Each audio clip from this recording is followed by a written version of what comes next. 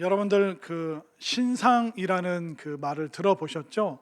그 새로운 제품, 그 최신품이 나왔을 때 우리가 그것을 신상이라고 얘기를 하는데, 사람들이 그 새 제품을 좋아하는 이유는 그것이 뭐 새로운 거기 때문에 그렇기도 하지만, 어떻게 보면 그 최신 기술이 거기에 적용돼서 그 이전에 있던 모든 단점을 보완하고 모든 것이 좋아졌기 때문에 우리가 신상, 새로운 제품 사는 것을 굉장히 좋아합니다.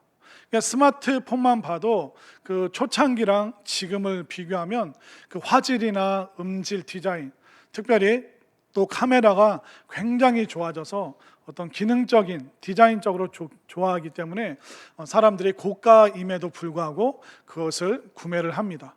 물론 유행에 뒤처지기 싫어서 그런 걸 사는 사람도 많이 있습니다. 그런데 우리가 새로운 제품이 우리에게 큰 기쁨을 주죠. 근데 우리가 한 번 더 생각해야 될 것은 뭐냐면, 우리가 어떤 제품을, 새로운 물건을 사면 나도 새로운 사람이 될 수 있을까요? 한번 생각해 보십시오. 내가 새 옷을 입고 새 가방을 메고 새로운 신발을 신고 또 새로운 차를 타고 새 집에 살면, 그러면 내 존재 자체가 완전히 새로운 사람이 될 수 있을까요?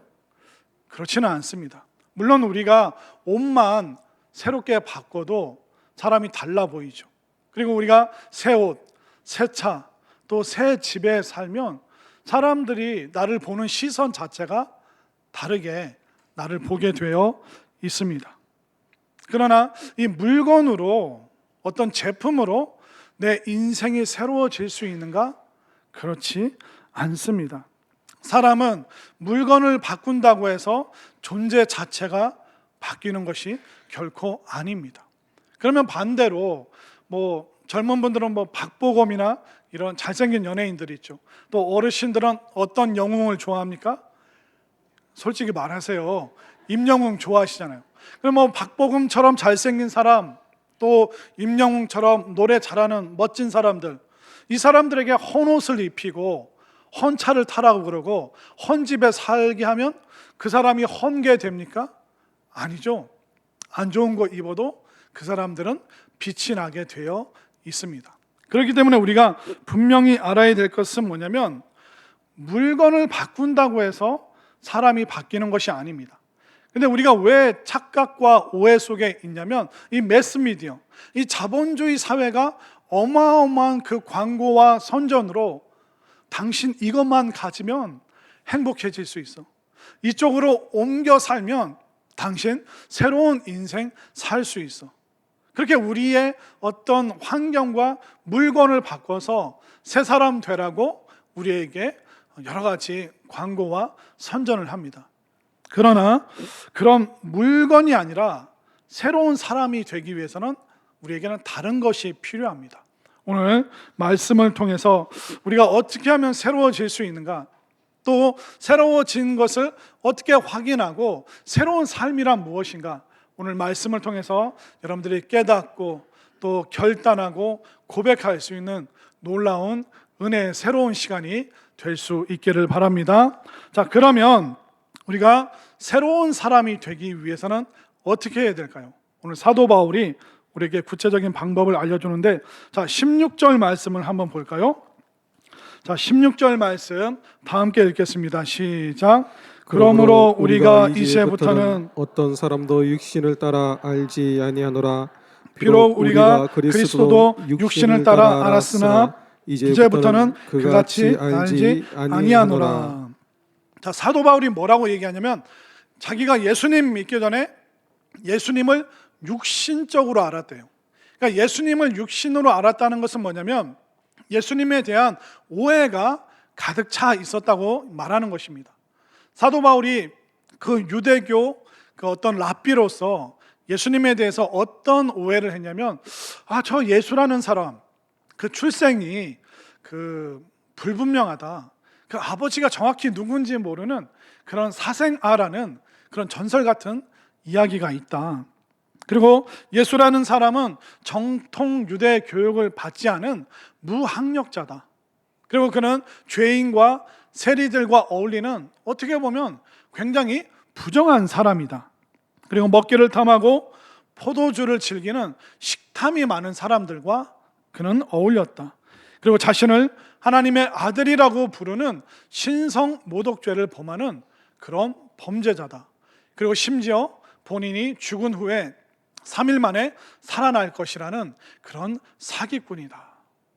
이 사도 바울이 예수님을 진짜 만나기 전에는 예수님을 육신으로 알았습니다. 그러나 그가 다메섹 도상에서 예수님을 환상 중에 빛으로 음성으로 예수님 만나고 나서 그가 뭐라고 고백했습니까? 이제 그가 새 사람 되었는데 이제 나는 이 모든 내가 가지고 있는 주변의 모든 환경과 배경 그것을 배설물로 여기고 예수님을 믿고 예수님을 붙잡고 예수님을 따라가는 삶을 가장 고상한 삶으로 내가 예수님 믿는 것을 최상의 삶으로 이제 내가 체험해야 했다.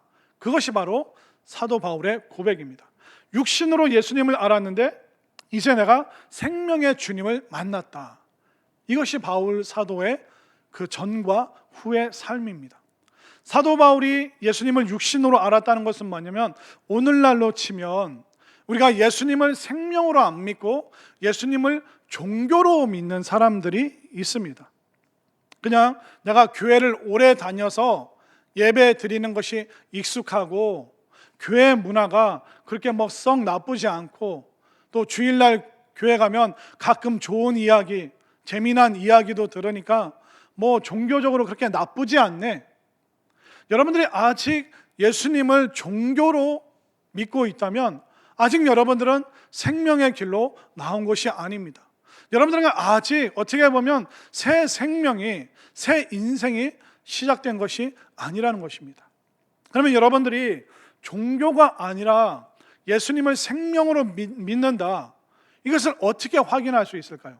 예수님을 생명으로 믿는 사람, 종교에서 생명으로 건너온 사람에게는 단 하나의 특징이 나타납니다. 그게 뭘까요? 자, 17절 말씀을 보십시오.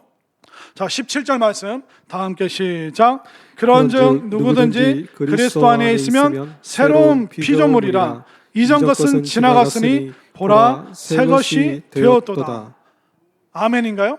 이제 사도 바울이 기독교인들을 잡아 죽이고 사도 바울이 어떤 삶을 살았냐면 한국에 있는 기독교인들도 막 잡아서 감옥에 넣고 사형장으로 보내고 그랬던 그가 유대교적인 열심으로 지금으로 치면 뭐 중국으로 비행기 타고 가듯이 예루살렘에서 다마스커스라는 지역까지 쫓아가서 기독교인들을 잡아서 내어주던 그가 이제 뭐라고 고백하고 있습니까? 예수님을 만나고 나서 나 이제 새로운 피조물이 되었습니다.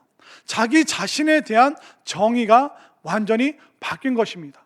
내가 예수님 믿기 전에는 살인자였지만 이제 예수님 믿고 나서 나는 이제 전도자의 삶을 사는 새로운 인생, 새로운 삶, 새로운 시간, 이제 나는 새로운 피조물이 되었습니다.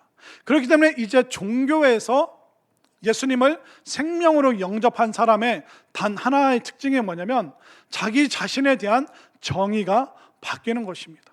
나는 누구의 엄마, 아빠, 난 누구의 아내, 남편 그런 식으로 정의하는 것이 아니라 나는 이제 새로운 피조물, 나는 이제 새로운 인생을 살아가는 사람. 내가 예수님을 만나보니 세상도 다르게 보이고 인생도 다르게 보이고 내가 만나는 많은 사람들이 얼마나 소중한지, 그러니까 자기 자신뿐만 아니라 주변에 있는 모든 것을 새롭게 정의할 수 있을 때 그 사람이 진짜 종교에서 예수님의 그 생명으로 옮겨왔다는 그 특징을 여러분들이 삶 속에서 드러낼 수 있게 되기를 바랍니다. 이게 우리 인생에 나 자신에 대한 정의가 바뀌는 게 얼마나 중요한지 아셔야 됩니다. 예전에 바보 빅터라는 책이 있었습니다. 이 바보 빅터가 무슨 내용이냐면 영국에서 태어난 빅터라는 사람이 있는데 이름이 좀 깁니다. 빅터 세르브리아코프. 한번 따라 해보세요. 세르브리아코프. 오, 잘하시네요. 이따 밥 먹기 전에 제가 다시 한번 물어볼게요. 빅터 이름이 뭐냐고. 이 빅터라는 사람이 영국에서 태어났는데 그가 나중에는 그 멘사 회장이 됩니다. 이 멘사가 뭐냐면 그 IQ 148 이상. 안 놀라시죠? 여러분들 IQ 몇 점입니까? 그러니까 보통 한국 사람 IQ가 100에서 120 사이거든요. 그러니까 70억 인구 중에서 최상위 2%만 들어갈 수 있는 그 회원이 될 수 있는 자격을 멘사에서 주는데 IQ가 148 이상인 사람. 그런데 이 빅터가 나중에 그 멘사 회장까지 지내긴 했지만, 근데 이 빅터는 32살 때까지 바보라고 불렸습니다. 어렸을 때 학교 가면 학교 공부에 집중을 못하고 여기저기 둘러보고 산만하고 행동은 느리고 또 또래 아이들과는 다른 말을 하니까 선생님들과 친구들이 너무 이 빅터를 놀리고 싫어했습니다. 그러다 보니까 이 빅터라는 사람이 중학교 2학년 때 자퇴를 하고 그 이후로 그냥 뭐 하루하루 일용직 같은 그런 아르바이트 같은 일을 하면서 32살까지 자신을 바보라고 여기면서 살았습니다. 근데 그가 32살이 되었을 때 이제 영국에 유럽에 세계 2차 대전이 발발하게 되었습니다. 그러다 보니까 이제 많은 사람들이 죽어가고 또 남자들은 그 군인으로 징집하면서 그 당시에 20살에서 35살 미만 그 사람들을 자원 입대를 시켰습니다. 그래서 이제 32살의 이 빅터도 나라를 지키기 위해서 군대에 갔죠. 근데 그 신병 교육대에서 기가 막힌 일을 했는데 뭘 했냐면 IQ 테스트를 한 거예요. 왜 IQ 테스트를 했냐면 연령이 너무 폭이 크다 보니까 어떤 부대에 배치해야 될지 모르니까 그 사람의 능력을 그 IQ로 좀 테스트해서 좀 이렇게 분배를 하자. 그래서 영국 육군에서 IQ 테스트를 신병교육대에서 했는데 이 빅터 IQ가 173이 나왔습니다. 근데 148만 넘어도 이건 천재 반열입니다. 제 몸무게랑 비슷한데요. 근데 173이라는 것은 천재들보다 더 뛰어난, 그래서 영국 육군에서 난리가 난 거예요. 야, 우리 영국의 아인슈타인의 버금가는 그런 위대한 인물이 지금 신병 교육대에 왔다. 이 사람 그냥 병사로 쓰면 안 되고 신병 교육대 어떤 책임자, 그러니까 신병 2등병으로 들어갔는데 중대장 역할을 맡겨놓은 거예요. 근데 이 빅터가 왜 나한테 이런 일을 시키십니까? 당신 특별한 사람이라고, 당신 대단한 사람이라고, 와, 당신 같은 사람이 입대해줘서 너무 고맙다. 그러니까 주변 사람들이 자기를 막 그렇게 바라봐 주니까 이 빅터가 변하기 시작하는 거예요. 그러니까 주눅 들었던 그가 자신감이 생기고 확신이 들고, 그래서 이제 2차 세계대전이 끝나고 나서 영국 육군에서 이 사람을 정식 장교로 이제 육군 본부로 불러들이게 되고, 또 나중에 전역하고 사업을 하고 굉장히 성공적인 삶을 살면서 그가 멘사 회장이 되었습니다. 이 빅터에게 일어난 일은 단 하나밖에 없습니다. 그가 새로운 옷을 입었나요? 새로운 신발, 새로운 차, 새로운 집에 살았나요? 아닙니다. 단 하나, 자기 자신을 달리 보기 시작했습니다. 나는 바보라고 생각했는데 바보가 아니네? 자기 자신에 대한 정의가 바뀌고 나서 이 빅터라는 사람은 완전히 새 인생을 살게 되었습니다. 마찬가지입니다. 사도 바울도 예수님 안에서 자신에 대한 인생의 정의가 바뀌니까 이제 살인자가 전도자가 되었죠. 이 빅터라는 사람도 자기 자신을 달리 보는 새로운 정의가 생기니까 이 바보가 천재가 되기 시작했던 것입니다. 사도 바울은 예수 그리스도 안에서 자신의 인생을 바라봤고, 사도 바울은 예수 그리스도 안에서 유대인들을 바라보고, 또 사도 바울은 예수 그리스도 안에서 전 지구촌을 바라보는, 그러니까 인생에 대한 새로운 정의를 내리기 시작하면서 그가 변화된 삶을 살기 시작했습니다. 저는 여러분들 자신에 대한 그 정의가 바뀌시기를 바랍니다. 여러분들 스스로 남이 붙여줬던 정의가 아니라 오늘 이 시간 하나님께서, 우리 주님께서 여러분들을 새로 부르시기 때문에 여러분들의 새로운 인생의 정의가 오늘 생겨나기를 바랍니다. 자, 17절 말씀 우리 다시 한번 한 목소리를 했습니다. 시작. 그런즉 누구든지 그리스도 안에 있으면 새로운 피조물이라. 이전 것은 지나갔으니 보라 새 것이 되었도다. 아멘. 아멘인가요? 이 새로운 피조물, 와, 내가 새로운 사람이 되었구나. 예수님 안에서. 그러니까 예수님 안에서 자기 자신에 대한 이 정의가 안 바뀌잖아요. 그냥 종교 안에 머물러 있잖아요. 그럼 사람이 어떻게 되는지 아십니까? 가짜 자존감을 쫓아다니기 시작합니다. 그러니까 그토록 오랫동안 교회를 다녀도 자기 자신에 대한 정의가 바뀌지 않으면 세상적인 가짜 자존감을 계속 자기 몸에 덕지덕지 붙이는 겁니다. 제가 설교 초반에 말씀드렸죠. 신상품. 그러니까 자신에 대한 신앙적인 정의를 내리지 못하면 사람들은 그 제품을 통해서 자신의 품격을 높일 수 있다고 생각합니다. 내가 명품을 가져야지 나의 인품이 높아질 것이다. 그런 가짜 자존감으로 자신을 감싸기 시작합니다. 도대체 왜 한국 사회는 이토록 가짜 자존감에 휘둘리면서 사는 그런 사회가 되었을까요? 제가 예전에 어떤 분이랑 얘기하는데 뭐 차에 대해서 얘기를 한 거예요. 목사님, 요즘에는 자동차가 승차감보다 하차감이 중요한 거 아세요? 그게 무슨 얘기냐고. 차가 이렇게 부드러운 승차감이 있으면 좋은 거 아닙니까? 했더니 아닙니다, 목사님. 내가 그 차에서 딱 내렸을 때 삐빅 이게 문을 닫을 때 사람들이 나를 바라봐주는 그 쾌감, 그것이 하차감인데 이게 너무 중요합니다. 무슨 얘기인지 이해가 되십니까?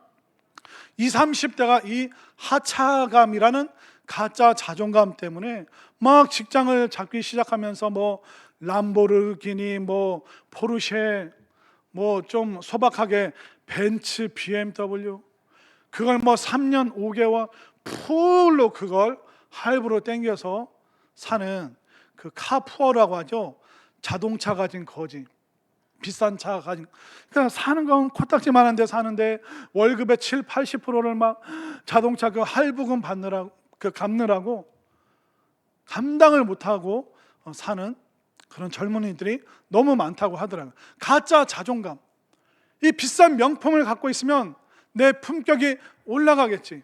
아, 역시 자동차는 하차감이야. 삐비. 이게 한국 사회 안에 얼마나 지금 만연하고 있습니까? 사람을 무엇으로 평가해야 됩니까?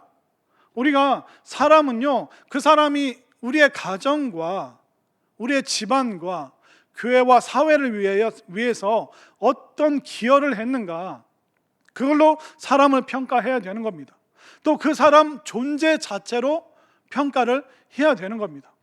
그러나 그 사람의 존재 자체로 평가하지 않고 그 사람이 가지고 있는 소유물, 돈, 겉으로 보이는 그것으로 사람들을 평가하다 보니까 거기에 속아서 우리가 가짜 자존감들을 계속 모으기 시작하는 것이죠.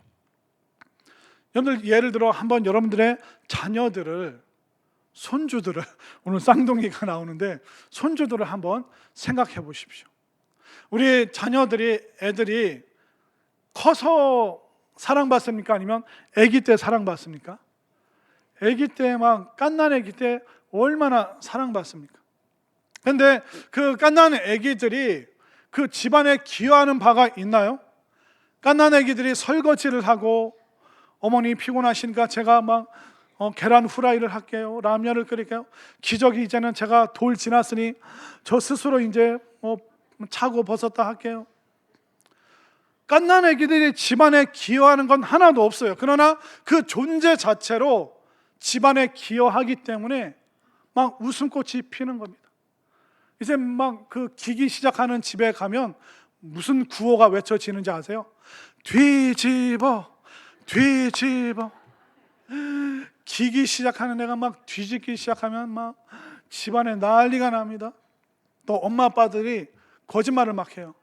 그냥 지나가는 소리로 마 했는데 엄마 했다고, 막 그냥 혀가 꼬여서 빠라고 했는데 아빠라고 했다고, 막 그러면 그걸 또 해봐, 또 해봐.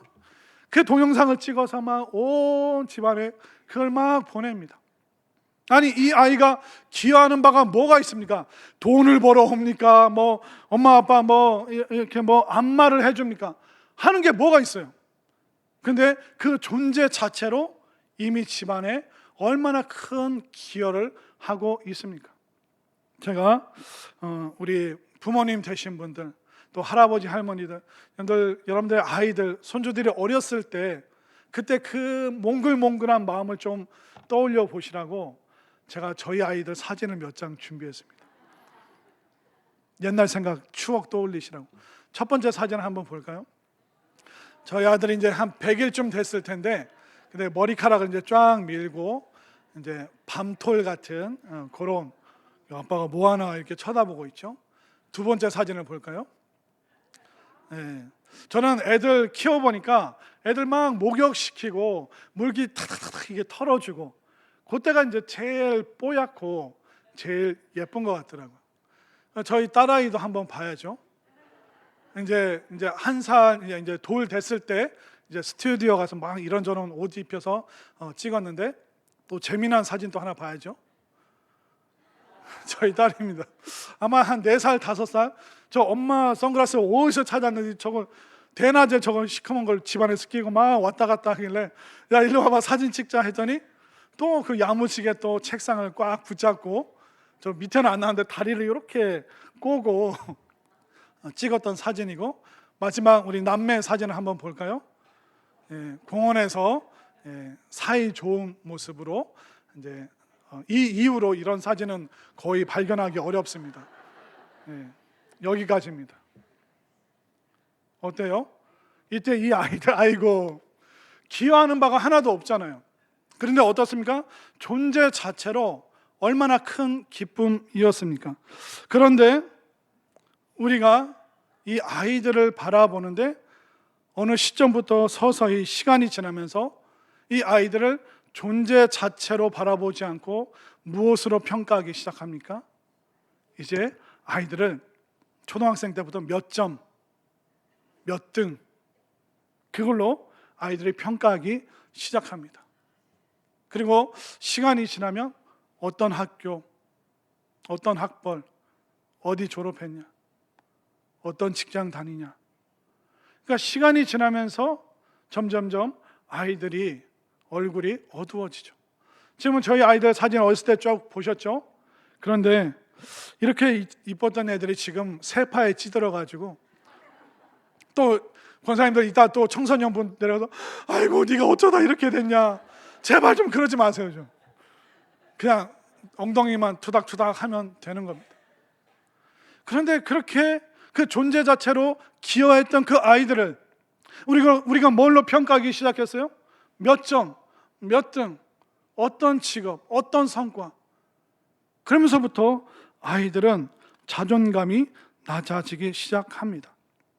아이들이 갖고 있는, 우리 자녀들, 손주들이 갖고 있는, 우리 사람들이 갖고 있는 그 존재 자체로 바라보지 않고 무엇을 소유했느냐, 돈이 얼마냐. 우리 한국 사회가 그걸로 사람을 평가하는 그 시점부터 모든 사람의 자존감이 낮아질 수밖에 없는 것이죠. 결국 이 한국 사회가 사람을 돈으로 평가하잖아요. 수입이 얼마냐, 월급이 얼마냐, 노후 자금이 얼마나 준비되어 있느냐. 물론 중요하죠. 그러나 그것으로 사람 존재를 평가해서는 안 됩니다. 여러분들 한국에 돈 많은 사람 뭐 얼마나 되겠습니까? 돈 많은 사람 많지 않습니다. 또 여러분들 돈이 많으시다고요? 그런데 서울 강남에 사는 의리의리한 사람들에 비하면 우리 아무것도 아닙니다. 그런데 그 서울의 롯데타워라고 뭐 100층 넘는 거기에 무슨 뭐 시그니엘이라고 사람 사는 데가 있대요. 거기는 뭐 얼마인지도 제가 뭐 잘 모르겠는데 아무튼 아무나 들어갈 수 없는. 그렇기 때문에 우리가 돈으로 나나 내 자식이나 주변 사람들을 평가하기 시작하면 그때부터 우리의 자존감은 바닥을 칠 수밖에 없는 것입니다. 존재 자체로 기쁨으로 여겼을 때는 얼마나 집안이 화목했습니까? 그러나 다른 것으로 우리 자녀들과 가족들을 평가하기 시작할 때, 그때부터 우리는 화목을 다 잃어버리게 되었습니다. 그러나 오늘 말씀을 보면 그 화목을 다시 되돌릴 수 있는 그 방법이 있다 말하고 있습니다. 17절 말씀 너무나도 중요하니까 17절 다시 한번 읽겠습니다. 시작. 그런즉 누구든지 그리스도 안에 있으면 새로운 피조물이라 이전 것은 지나갔으니 보라 새 것이 되었도다. 자, 그 말씀을 그대로 띄워 보십시오. 자, 그리스도 안에 있어야 됩니까? 그리스도 밖에 있어야 됩니까? 그리스도 안에 있으면 우리는 이 존재를 새롭게 회복할 수 있는 줄 믿으시기를 바랍니다. 그러니까 우리가 자꾸 예수님 안에서 들락날락하면 안 되는 거야. 에이, 오늘 교회 가기 싫다, 기도하기 싫다, 사람들이랑 말 섞기도 싫고, 내 요즘에 근황에 대해서 설명하기도 싫고 변명 같고, 에이 짜증나, 에이 교회 안 가, 예배 안 드려. 그럼 예수님 밖에 있는 거예요. 그러나 사도 바울이 뭐라고 합니까? 예수 그리스도 안에 있으면, 한 번만 안에 있는 것이 아니라 지속적으로 끊임없이 예수님 안에 있을 때 새로운 피조물이 된다고 그랬죠. 그런데 또 하나 말하고 있습니다. 그런즉 누구든지, 이 누구든지는 뭐냐면 여러분들의 성별, 나이, 지역, 인종, 불문, 여러분들이 가난해도 상관없습니다. 여러분들의 나이가 많아도 상관없습니다. 여러분들이 병들었어도 상관없습니다. 뭐라고 말하겠습니까? 누구든지. 이 누구든지의 헬라 원어가 뭐냐면 어떤 상태에 있든지, 여러분들이 어떤 환경에서 살든, 지금 어떤 처절한 감정이든, 어떤 상태든지 여러분들이 예수님 안에 들어오기만 하면 새로운 피조물, 새로운 인생, 새로운 평가, 새로운 존재가 될 수 있음을 분명히 깨달으시기를 바랍니다. 그러면 이렇게 새로운 피조물이 된 사람의 새로운 삶이라는 것이 무엇일까요? 그것은 우리가 더 이상 사람들의 출신과 학력과 경력과 이력으로 사람을 판단하지 않습니다. 여러분들 어렸을 때 교회 오신 분들 계시죠?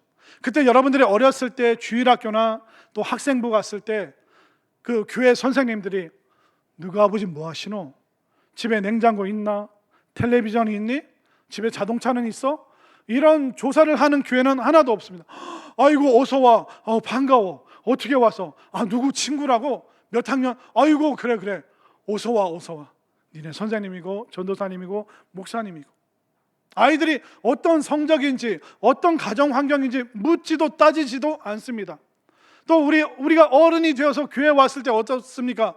여러분들이 병들었다고 과시하나요? 여러분들이 가난하다고 해서 무시하는 교회나 그런 사람들이 있습니까? 없습니다.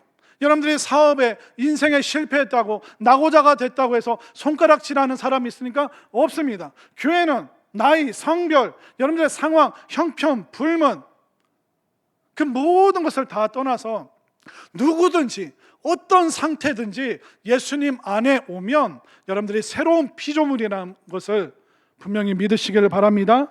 그렇기 때문에 새 피조물이 된 새 인생을 사는 사람은 다른 사람을 그 외적인 모습으로 섣부르게 평가하거나 판단하지 않습니다. 뭐에 집중할까요? 그 사람의 내면 세계, 과연 구원 받았는가? 그의 속사람이 변화되고 있는가? 그의 마음 중심에는 예수님이 든든히 서 있는가?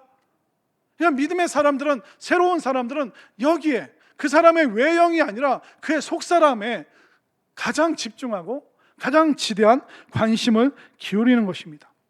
그뿐만 아니라 새로운 피조물, 새로운 인생을 살아가는 사람은 하나님과 화목하고 또 사람들이 하나님과 화목할 수 있도록 인도하는 일을 하는 것입니다. 자, 오늘 본문 18절 말씀, 19절 말씀. 자, 18절 말씀을 제가 19절을 여러분들이 읽을 텐데 화목이라는 단어가 몇 번 나오는지 손으로 꼽아 보세요. 모든 것이 하나님께로서 났으며 그가 그리스도로 말미암아 우리를 자기와 화목하게 하시고 또 우리에게 화목하게 하는 직분을 주셨으니 곧 하나님께서 그리스도 안에 계시사 세상을 자기와 화목하게 하시며 그들의 죄를 그들에게 돌리지 아니하시고 화목하게 하는 말씀을 우리에게 부탁하셨느니라. 아멘인가요? 화목이라는 단어가 몇 번 나옵니까?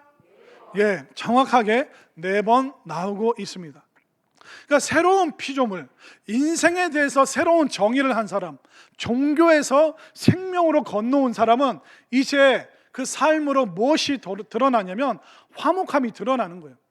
그토록 교회를 오래 다녔는데도 내가 가는 데마다 다툼이 있고 갈등이 있고 자꾸 편이 나누고 사람들이 짜증이 난다 그러고, 이러면 여러분들에게 큰 문제가 있는 것입니다. 여러분들의 그 신앙의 태도를 교정하지 않으면 과연 화목이 없는데 과연 이 사람에게 생명이 있는가, 구원이 있는가, 진짜 신앙생활 제대로 하고 있는가, 그냥 교회 오래 다녀서 종교적으로 익숙한 거 아닌가? 여러분들 익숙한 걸 성숙이라고 생각하시면 절대로 안 되는 거예요. 그런데 우리는 화목은 없고, 내가 세상에서는 괄시받았지만 교회에서는 내가 막 직분을 받아야 돼. 직분 안 주기만 해봐, 나 가만 안 둔다. 그러면 이미 그 속에 화목이 없는 거예요. 과연 사람들과 화목하지 못하는 그 사람이 새로운 피조물, 새로운 사람이라고 할 수 있겠습니까? 결국 이 화목한 사람은 오늘 성경에서 뭐라고 말하고 있습니까? 자, 18절 끝부분에 보면 화목하게 하는 직분을 주셨으니, 직분은 뭐냐면 역할이라는 것입니다. 다른 역할이 아니라 우리가 해야 될 게 뭡니까? 화목한 역할을 해야 되는 거예요. 그냥 화목한 사람은요, 특징이 있습니다. 그것은 모든 사람에게 고마워하는 것입니다. 여러분들 이따 점심 식사 드실 때 쌍둥이 할아버지 할머니한테 고마워하실 거죠? 또 이따 주방에서 이제 식당에서 음료 받으면 난 사이다랑 콜라 좋아하는데 제발 이러지 마시고 고마운 마음으로 받으시기를 바랍니다. 결국 화목한 사람은 늘 고마워해요. 옆에 있는 사람에게 고마워하고 자녀들에게 고마워합니다. 여러분들 목사님에게 고마워하십니까? 네, 아멘 안 나오면 어떡하나 좀 걱정했는데 감사합니다. 저는요, 진상이 편의점에만 있는 줄 알았는데 교회에도 있더라고요. 어떤 분 막 병이 들었어요. 수술을 앞두고 있어요. 신방 갔는데 뭐라고 그러는지 아세요? 목사들이 기도를 안 해가지고 내가 병 들었다고. 와, 제가 부교육자였다는데 시험 들더라고요. 내가 알던 그 사람이 맞나? 아프니까 인정사정 안 봐주더라고요.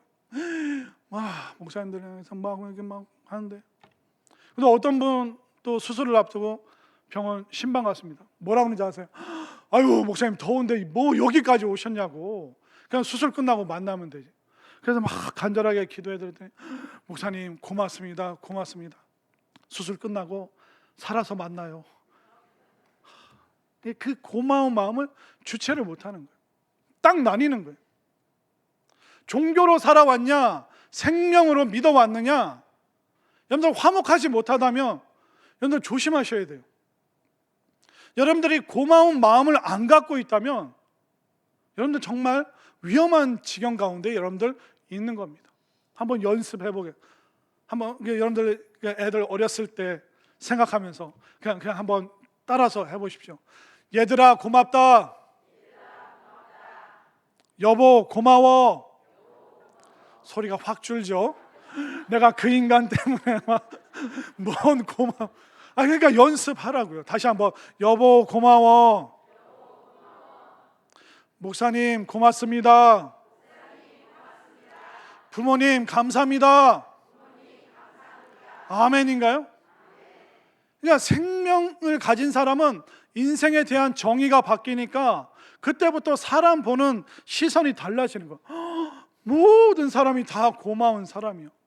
버스 운전해줘서 나를 목적지까지 데려다줘서 고맙고, 이렇게 안경을 잘 만들어줘서 고맙고, 튼튼한 신발을 만들어줘서 고맙고, 이 모든 것이 다 고마울 수밖에 없는 이 세 사람, 새 피조물의 마음을 여러분들이 가질 수 있게 되길 바랍니다. 또 마지막으로 19절 말씀 끝에 뭐라고 합니까?